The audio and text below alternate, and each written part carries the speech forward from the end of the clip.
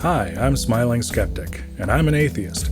I don't believe in the existence of a god or gods, no matter how you define him, her, it, or them.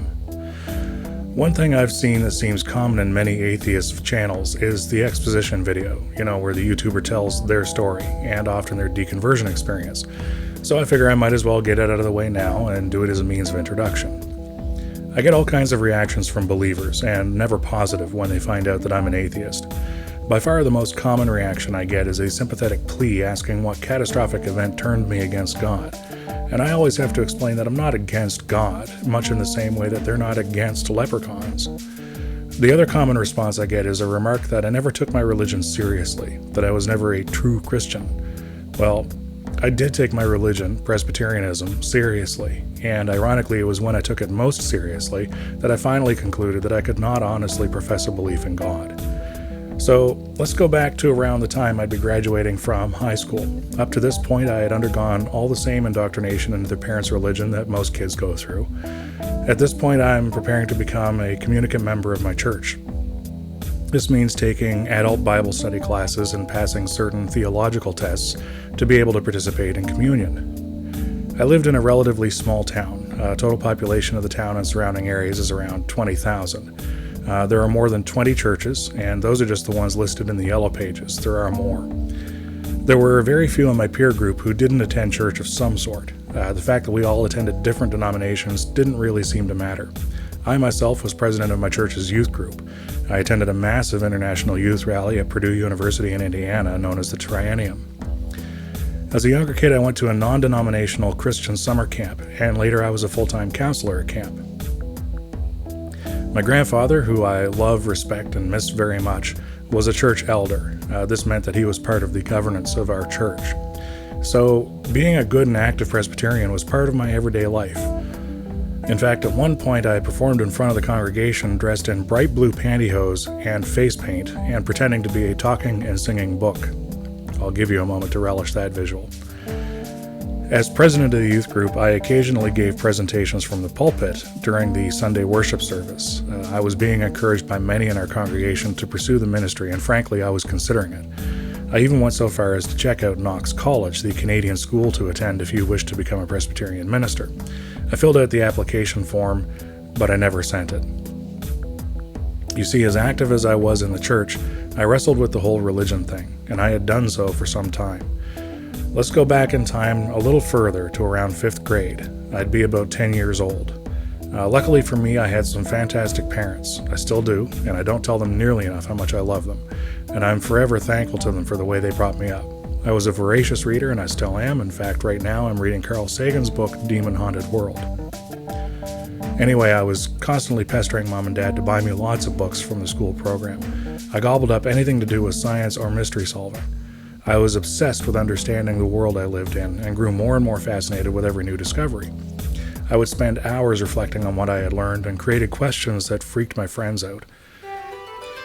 I still get a flush of excitement whenever I hear the Brandenburg Concerto. It was the theme song for The Nature of Things, a science show I would watch whenever I could, and David Suzuki, the host of the show for as long as I've known it, will forever be a hero of mine.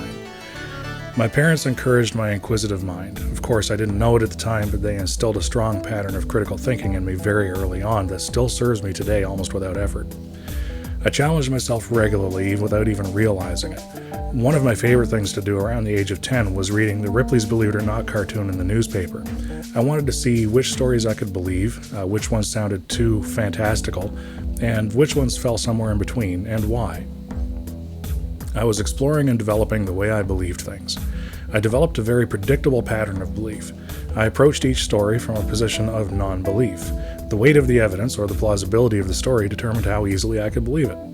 I know it doesn't sound like much, but it just seemed like such a common sense way to approach everything that I couldn't relate to the other extreme of being gullible enough to believe everything I read. If I didn't understand it, I certainly couldn't bring myself to believe it. It was this critical thinking and belief system that was causing me some real problems with trying to reconcile what my faith was telling me I had to believe and what my tried and true methods of dealing with reality was telling me. What's more, when I was having the hardest time believing, the more I was expected to believe. It confused me that these people encouraging me in the church were people I looked up to my whole life. They were my role models. I respected them then, and I still do today. They're very dignified, loving, caring people. They also seemed very sure about their faith, and try as I might, I just couldn't get there. I felt like I was somehow missing something big and obvious because it just seemed so bloody easy for everybody else. The answers just because, and because I said so, never have been suitable answers for me, something to which my parents can probably easily attest. As I grew up, I found that the same answers were coming from religion. They were dismissive, non-answers that discouraged further investigation. The more I sought to understand, the more stonewalled I became by these answers. Just swallowing it and going through the motions seemed utterly dishonest to me. Not only personally, but even within the tenets of the faith, insincerity is way uncool. In order to get more sincere, I had to adopt a dogmatic belief system. Everything seemed to short-circuit everywhere I looked. Lots of questions were swirling around. The benefit of living in a small community with so many places of worship is the diversity it offers. I started exploring other religions and found the same thing every time. The more I was exposed to the dogmatic belief of any religion, the less I could believe what I was hearing. I developed a real dislike for dogmatism. It is the antithesis of rationality.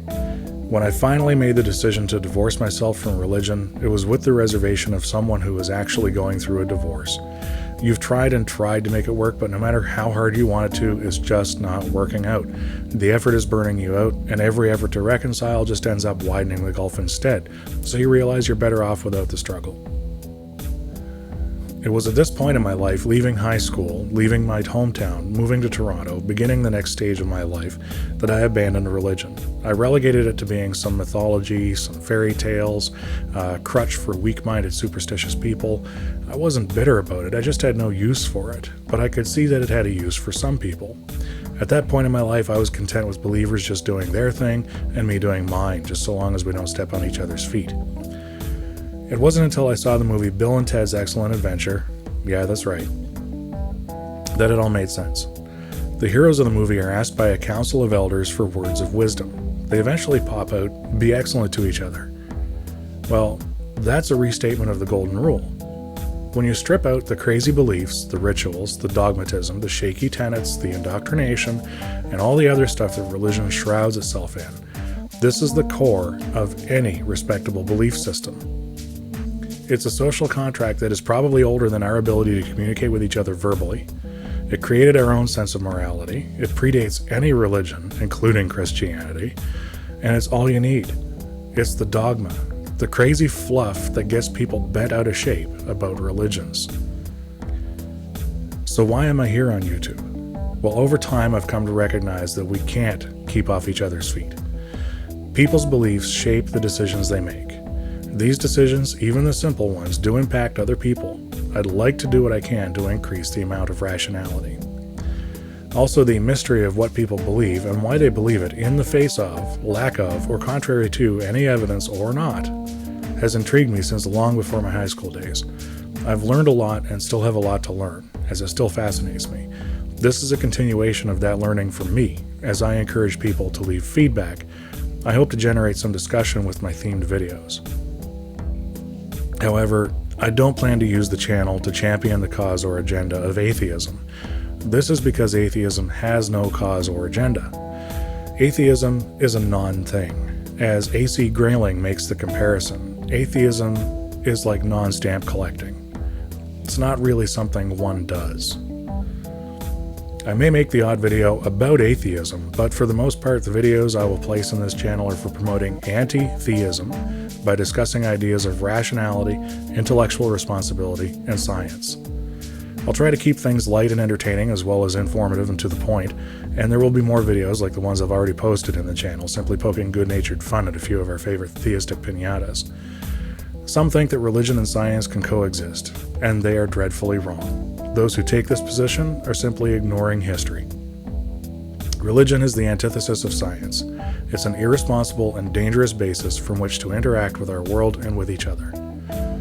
The problems that are evident from religion are many. Among other things, religious belief encourages us to embrace ignorance, to shun scientific advancement, to look upon credulity as a desirable trait, to practice draconian methods of childhood indoctrination. to maintain meaningless divisions, to promote the mistreatment of our fellow human beings, and to maintain a rather short-sighted and self-centered view of life on this planet. So anyway, that's what I have planned. Plans may change. We'll see what happens. I'm SmilingSkeptic. I'm an atheist by belief, a humanist by action, and an anti-theist by activism. Try to end each day with a smile and be excellent to each other. Peace.